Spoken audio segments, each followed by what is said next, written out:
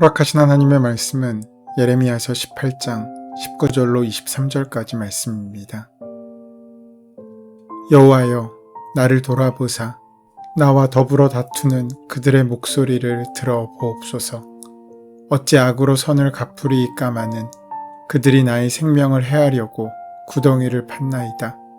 내가 주의 분노를 그들에게서 돌이키려 하고 주의 앞에 서서 그들을 위하여 유익한 말을 한 것을 기억하옵소서. 그러하온즉 그들의 자녀를 기근에 내어주시며 그들을 칼의 세력에 넘기시며 그들의 아내들은 자녀를 잃고 과부가 되며 그 장정은 죽임을 당하며 그 청년은 전장에서 칼을 맞게 하시며 주께서 군대로 갑자기 그들에게 이르게 하사 그들의 집에서 부르짖음이 들리게 하옵소서. 이는 그들이 나를 잡으려고 구덩이를 팠고 내 발을 빠뜨리려고 올무를 놓았음이니이다. 여호와여, 그들이 나를 죽이려 하는 계략을 주께서 다 아시오니 그 악을 사하지 마옵시며 그들의 죄를 주의 목전에서 지우지 마시고 그들을 주 앞에 넘어지게 하시되 주께서 노하시는 때에 이같이 그들에게 행하옵소서 하니라. 오늘 본문은 예레미야 18장의 세 번째 단락입니다. 예레미야서 18장은 세 부분으로 나눌 수 있습니다. 첫 번째로 1절로 12절까지의 말씀으로 토기장이의 비유와 그 해설입니다. 두 번째 부분은 13절로 17절까지로 이스라엘 민족의 죄악에 대한 고발입니다. 그리고 오늘 본문의 말씀을 이루는 18절에서 23절까지는 이스라엘 백성이 예레미야를 죽이려 하는 것과 그것에 대한 예레미야의 기도가 담겨져 있습니다. 하나님께서 예레미야에게 토기장이 비유를 말씀하신 내용은 하나님이 어떤 분이시며 인간들은 어떤 존재인가 하는 것입니다. 하나님께서는 토기장이가 되셔서 그 진흙을 마음대로 만드실 수 있는 것처럼 진흙 같은 인간의 흑만 성세를 결정하시는 분이십니다. 그리고 인간은 토기장이이신 하나님 손에 붙잡혀 있는 진흙 같은 존재입니다. 하나님께서는 예레미야의 토기장이 비유를 통해서 하나님이 토기장이이시며 사람은 진흙이라는 사실을 분명히 말씀하십니다.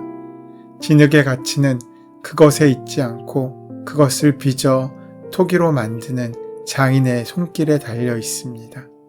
그런데 문제는 인간들이 하나님을 토기장이로 알지 않고 자신들도 진흙으로 생각하지 않는다는 것입니다. 그것도 하나님을 모르는 이방 민족들이 아니라 바로 하나님의 백성이라고 자처하고 자부하던 이스라엘 민족들이 말입니다. 하나님의 백성이라고 자부하던 자들이 하나님의 말씀에 동의하지 않고 거부하고 있는 것입니다. 그들은 그들을 빚으신 하나님의 손길을 거부하고 자신의 뜻대로 자신의 마음대로 살겠다고 합니다. 하나님의 주권과는 상관없이 내 인생을 내가 계획하고 내 마음대로 내가 하고 싶은 대로 살겠다는 것입니다. 이러한 이스라엘의 모습에 하나님은 진노하십니다. 여기서 주목해야 할 것이 오늘 본문이 전하는 세 번째 부분입니다. 이스라엘 백성들은 자신들의 죄를 깨닫고 회개함으로 하나님께로 돌아옴으로 죄를 없애야 함에도 불구하고 이 죄를 없애기보다는 죄악을 지적하고 폭로하는 예레미야를 없애려고 합니다. 18절 말씀을 표준 사본역 성경의 말씀으로 보시면 이렇습니다.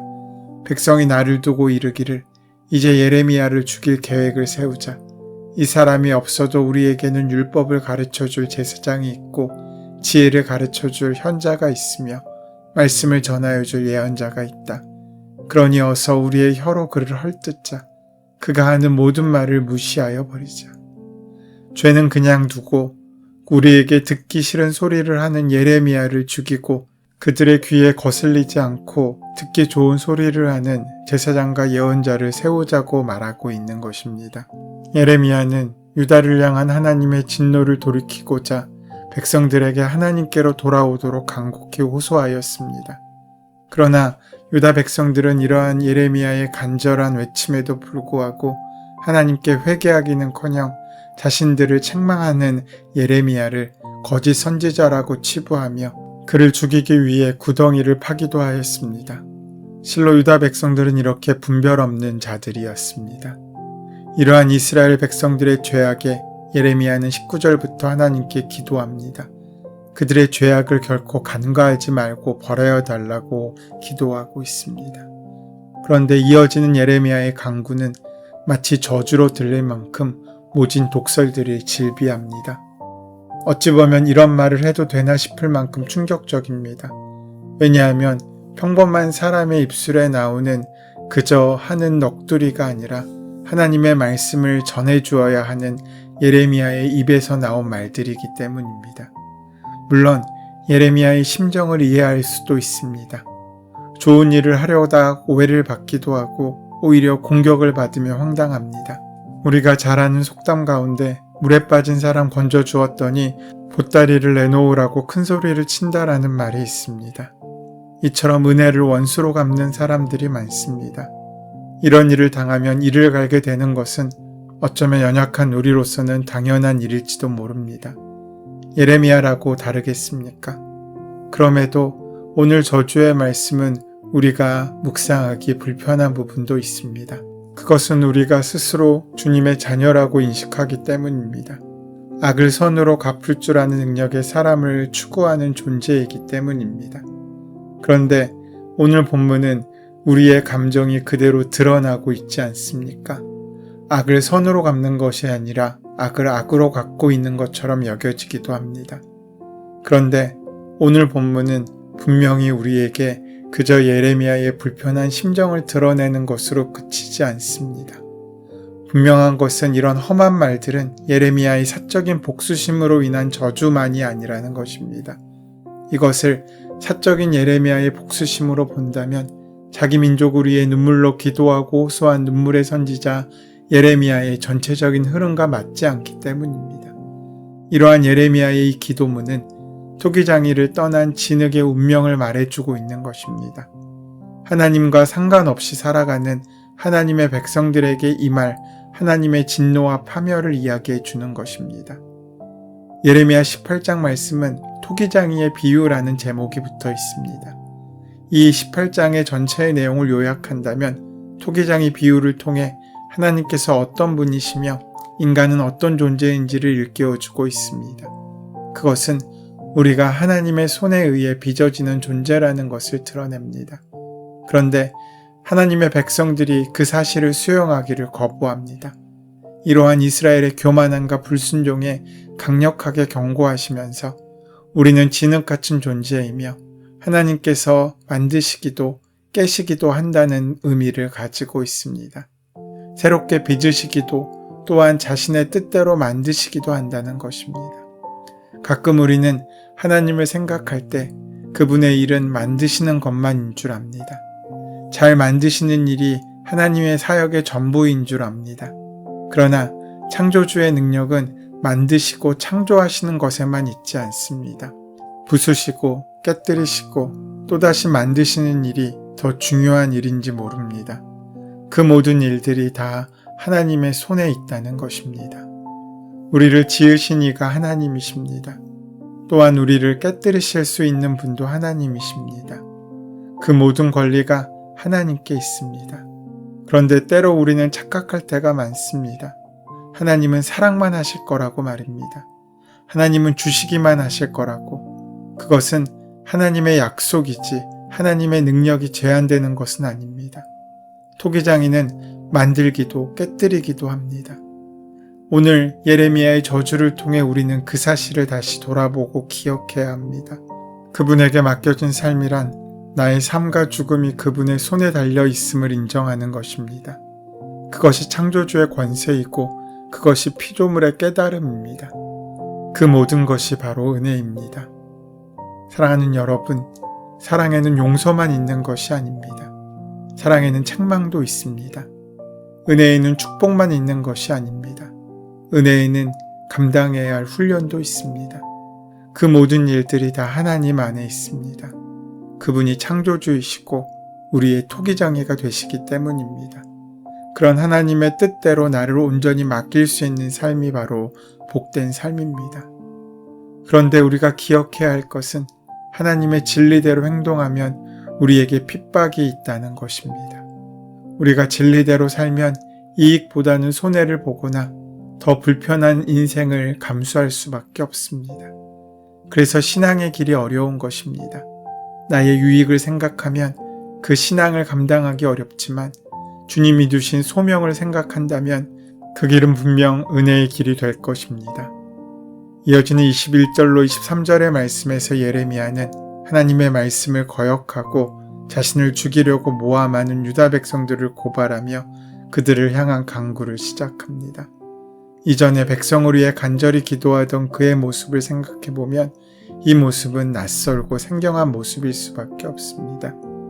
예레미야는 자신의 연약함으로 빚어진 생각과 감정을 결코 숨기려 하지 않고 이것을 하나님께 그대로 토로합니다.